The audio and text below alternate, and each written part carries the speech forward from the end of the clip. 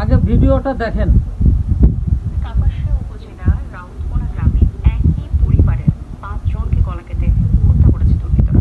Police প্রাথমিকভাবে ধারণা করছে গৃহকর্তা ফোরকান মিয়া এই হত্যাকাণ্ড ঘটিয়ে পালিয়ে যান। অভিযোগ তিনি তার 3 সন্তান, স্ত্রী ও শ্যালককে গলা কেটে হত্যা করেছেন। ফোরকান পেশায় প্রাইভেট কার চালক। আমাদের কাজ